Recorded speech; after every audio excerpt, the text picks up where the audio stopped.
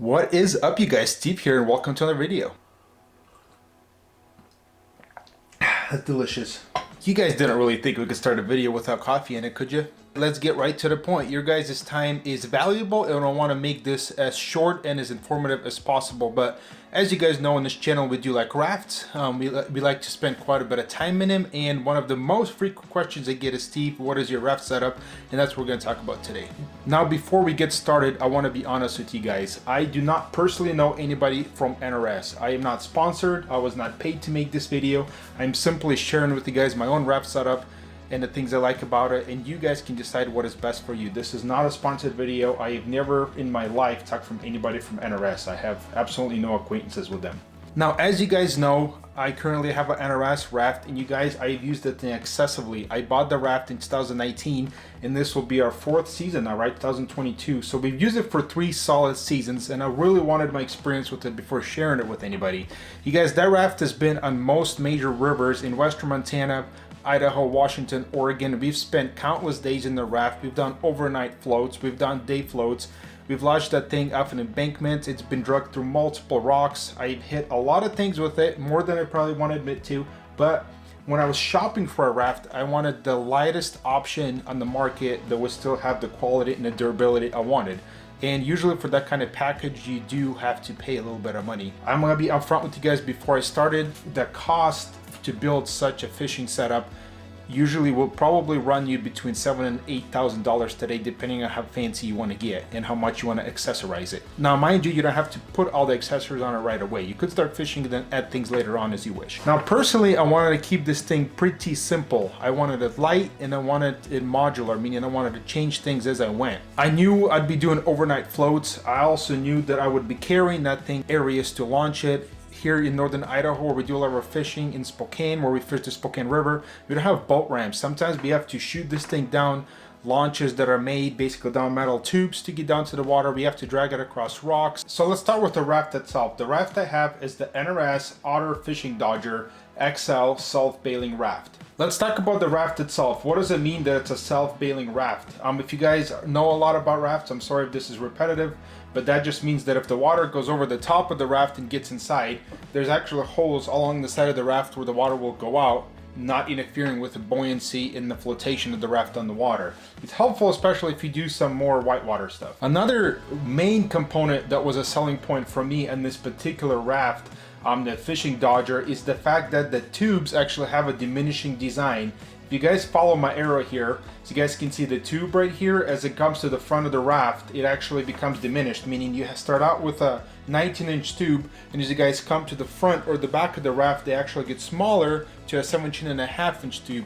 And what that allows you to do is basically add accessories, and when you put the fishing frame on top of it, everything just sits more level on the raft, versus purely whitewater rafts they basically go up like this on the sides. And this is really helpful, as primarily, at least my application for the raft has been fly fishing, and I'm guessing if you're watching this channel, that's what you're trying to do as well. Another thing, you guys, the material the raft itself is made out of is actually happens to be UV protective, which is nice as we're out in a lot of sunny weather a lot of times. It also has very good durability, and it's very light material. This is the lightest raft I personally found in the market, and that was very important to me. This thing is almost 14 feet long. It is 13 feet 9 inches.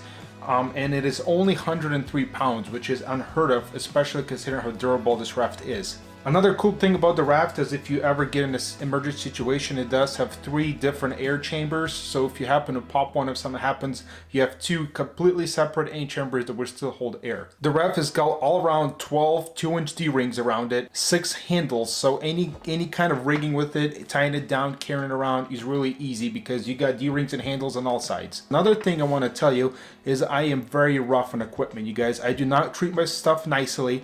I bought this thing so I can use them, and I've used the crap out of this raft, and so far it has absolutely withstand the test of time, you guys. We've had on countless rivers, exposed to a lot of different kind of elements. This thing has seen sand, snow, rain, hail. It's seen it all. So far it's been holding up great. I have absolutely no quality concerns with this raft. I actually do have one patch on my raft. That's because somebody hit it with a trailer and it left a little abrasion on the outside material of it. At the time, it actually didn't lose any air. It wasn't leaking any air. I put a patch over it just because it did damage damage that outside protective layer, and I didn't want that to be a weak spot in case I ever was to hit it again in the future in a shop rock or something. It did come with a free repair kit when I bought it, and as you guys know, NRS does offer a 7-year, I believe, warranty on their products, which to me was another huge selling point.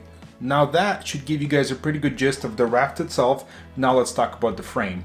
Now the frame I'm using is right over here. It is the NRS fishing frame. I'm using this particular stern seat mount right over here, and honestly guys, if I was to buy it today, I would probably buy this one, the Dodger stern seat mount, just because it lifts that rear fisherman up a little bit, and I think it would be a little easier for them to fish. I never actually used the Dodger stern seat mount myself, so I don't actually have any real life experience, but this wasn't available when I built my raft, so it is today. I think I'd give it a try if I was to do it again. About this particular right here, the NRS high back swivel seats, I highly encourage you guys to spend your money on good seats. When you guys are fishing on a raft, you spend a lot of time in your seat. It's nice to have a comfortable seat.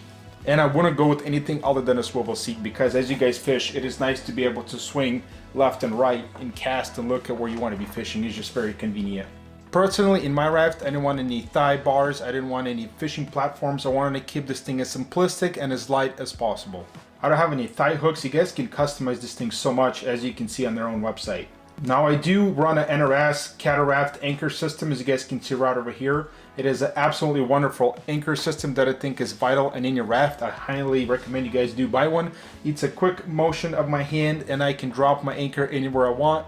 Basically just give me the ability to retie flies, stop and fish around if I want to, and just in general it's nice to be able to stop whenever I want. Currently running a tornado anchor, I'm very happy with it. You guys, I would buy a bigger anchor before I bought a smaller one. You can't really go too big. You could, but you guys know what I mean. Now you guys have been doing a lot of talking. I'm not gonna go super nitty gritty into the specs of this thing. If you guys wanna see that, you guys go on the NRS website. You guys can read in great detail about all of these parts. You guys can read about the rafts. I actually have a Yeti bucket. We call it the boat bucket. It actually stays by me as I'm fishing. And that basically has most of my junk I want to access quickly, like straps, fly boxes, reels, basic tools. As you guys know, I carry a lot of camera equipment with me. I just throw my camera backpack in the boat. So as a person, I just don't like having those giant dry boxes, coolers in the raft. That's just the way I like it. A lot of guys do like those dry boxes, so if that's something you guys want, please add it to your raft. I'm a backpacker. Personally, I do some backpacking. If I can fit everything I need for 5 days into a backpack, I better be able to fit everything I need in a 14-foot raft, and we've done that plenty. Now you guys, another benefit of having such a modular raft, I believe, unlike a custom frame, as you guys well know, I'm a very tall dude. I'm over 6 feet tall. My wife happens to be a lot smaller, and she rows the raft quite a bit as well. And you guys, within a couple minutes, we can adjust that raft from my size to her size. We can move those bars back and forth as we need, and you can change rowers, which is another really nice benefit of having a modular frame, I believe, and a customizable frame. Now you guys, let's also talk about oars. I do not understand why sometimes people will cheap out on oars. Imagine buying a Ferrari and then buying really cheap tires for it, you guys. I do not understand why you just spend your money on a really nice raft and then buy really cheap oars, you guys. I recommend you save up extra and then buy yourself nice oars, because they make a huge difference in the water. Think of it kind of like snow tires for your car. You want a quality tire in the winter, right? So the paddles I run, you guys can see them right over here. They are the Cataract Cutthroat oar blades. Obviously you need 2 of them, and the reason I like this particular one, you guys, is you can actually flip them. I do not have lock-in oar locks like some people like to use, and they have a shallower edge to them and then a deeper grabbing edge, you guys. A lot of times here, especially in northern Idaho, later in the summer, rivers get really low, and it gets really shallow. I can flip those blades around and I can get a lot of grip in very shallow water, and that's mainly the benefit that I like from having those. Now you guys, I'm using NRS oar mounts, and for the oar itself, you guys can see right over here, I am using the Cataract Streamlight oar shafts.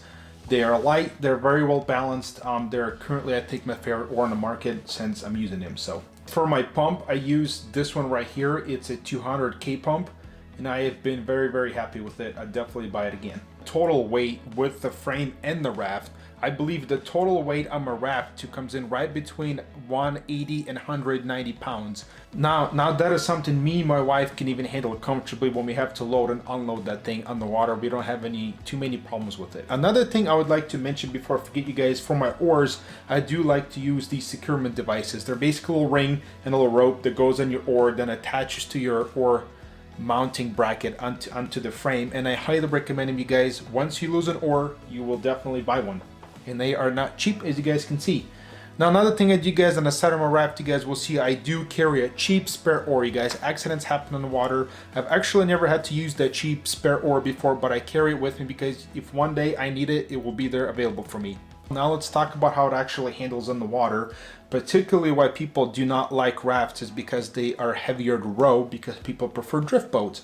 And honestly guys, if I lived in western Montana where I fished big rivers, where I had a boat launch and takeouts and all the fancy stuff they have, which we really appreciate when we visit those areas, I wish we had them here. I would probably buy a drift boat as well. But you guys, I live in an area where a raft is a must. Also, I like to do things that you pretty much need a raft. When we do overnight floats, we go down rough rivers. We have a lot of fun in it. I mentioned it earlier in my video, guys. I beat the crap out of this raft, and it's gone through hell, and it's holding up great. And that's one of the main reasons I went with a raft in the first place. And also, you guys, I believe this is one of the best tracking on the water rafts I've personally rowed. I've rowed a few different boats, you guys. This is currently my favorite boat. 3 years after really heavy use, you guys, I don't think there's a raft on the market I would buy right now. And I know it's a bit more expensive. You guys can save a couple $1,000s if you went with a cheaper boat. But you guys, when it comes to a raft, it's not like a car where you're going to buy a newer model in a year or two. I plan on keeping this thing for a lot of years. I'm hoping to get 10 to 12 years out of it. I'm really trying to take care of it. And it just tracks great. It handles on the water great. The thing is a little torpedo. I love it. I can one oar stroke. I can be turned around. I can get to the other side of the river really easy. I just absolutely love the way it handles. It is really easy to row. It's very self-intuitive. We've had some first-time rowers use the raft and they just pick it up really easy. I'm not a whitewater rafter particularly. I'm mostly a fly fisherman. We've had taken that thing down some nasty stuff. The biggest thing I've ever hit in it is apparently it's rated as a 3-class rapid. I really don't think it was. I think it was more of a 2-class. But you guys, the raft handles very well. I'm not going to give you guys whitewater advice as I am not a whitewater rafter, but I think it handles some pretty heavy water.